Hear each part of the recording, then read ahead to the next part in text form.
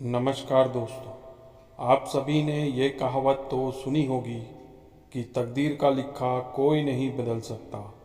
इसका खेल सिर्फ तकदीर लिखने वाले को ही पता होता है और तकदीर हमेशा अच्छे कर्मों से बनती है।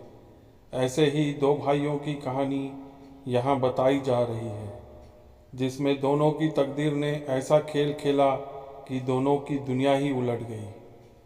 आपको अगर यह कहानी पसंद आए तो कृपया लाइक करें और कमेंट करके हमें ज़रूर यह बताएं कि आप किस तरह की कहानी सुनना पसंद करते हैं।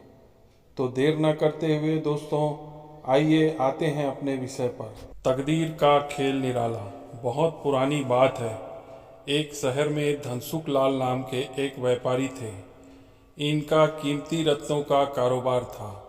इनका कारोबार दुनिया के कई देशों में फैला हुआ था। पूरे शहर में इनका मान सम्मान था। धनसुख लाल के दो बेटे थे, जिनका नाम रोहन और रोहित था।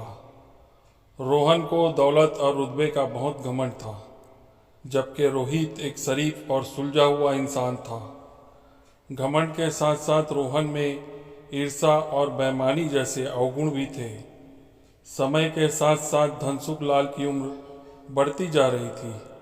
ऐसे में उनके दोनों बेटों ने कारोबार में पिता का अधिक से अधिक हाथ बटाना शुरू कर दिया था। कुछ समय के बाद धनसुख लाल चल बसे और कारोबार का पूरा भार रोहन और रोहित के कंधे पर आ गया। बड़ा भाई होने के नाते रोहन ने व्यापारिक फैसलों में अपनी मर्जी की चलानी शुरू कर दी। रोहन बेईमानी और मक्कारी भरे फैसले लेने लगा। असली रत्न के नाम पर वह नकली रत्न का व्यापार करने लगा, जिससे उसका मुनाफा बढ़ने लगा। इस मुनाफे से उसका बाकी बचा चरित्र भी काला हो गया। दौलत के घमंड में वह परिवार में उन्मादी जैसा व्यवहार करने लगा। दूसरी तरफ शरीफ और सुलझे हुए रोहित को शुरू में रोहन की बेईमानी के बारे में तो कुछ मालूम नहीं हुआ, परंतु जब उसने उसके व्यवहार में परिवर्तन देखा तो उसे समझने में ज़्यादा देर नहीं लगी। रोहन की करतूतों से रोहित को बड़ा दुख हुआ। उसने रोहन को समझाने और सही रास्ते पर लाने की कोशिश भी की, परंतु वह नाकाम रहा। उल्टे रोहन रोहित से खफा हो गया और व्यापार में बंटवारे का बहाना ढूंढने लगा। बंटवारे में भी उसने बेईमानी की साजिश रची, घर में कलह का माहौल पैदा किया। अंततः रोहन अपनी साजिश में सफल रहा और रोहित के हिस्से के व्यापार पर भी वह अपना कब्जा कर बैठा। रोहन के व्यवहार से दुखी होकर रोहित ने शहर में दूसरी जगह अपना ठिकाना बनाया और रत्न के अपने व्यापार को नए सिरे से शुरू किया।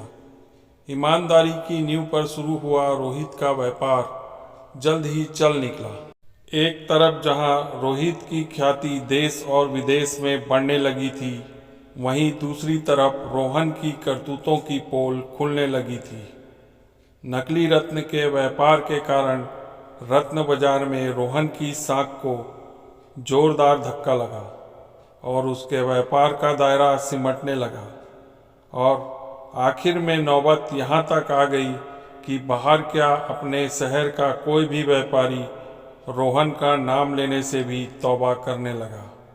अब तो नौबत यहाँ तक आ गई कि रोहन को धन के अभाव में अपना घर, दुकान, सामान तक बेचना पड़ रहा था। जल्द ही रोहन के हाथ से सब कुछ निकल गया और वह परिवार सहित सड़क पर आ गया। अब रोहन को अपने किए पर पछतावा हो रहा था, लेकिन उसकी तकदीर ने जो खेल खेल दिया था, उससे आसानी से पार पाना उसके लिए संभव नहीं था। दूसरी तरफ रोहित की तकदीर का खेल था, जिसकी बदौलत वह रंग से राजा बन गया था।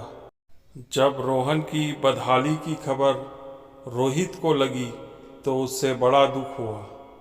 पुरानी बातों को भूलकर वह भागा भागा अपने बड़े भाई रोहन के पास पहुंचा और रोहन के लाख मना करने के बाद भी उसे परिवार सहित अपने साथ ले आया।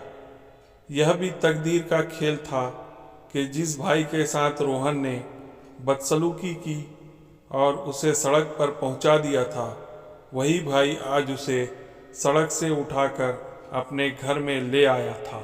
दोस्तों, इस कहानी से हमें यह शिक्षा मिलती है कि तकदीर कब किसके साथ क्या खेल खेल दे, इसका अंदाज़ा कोई भी नहीं लगा सकता।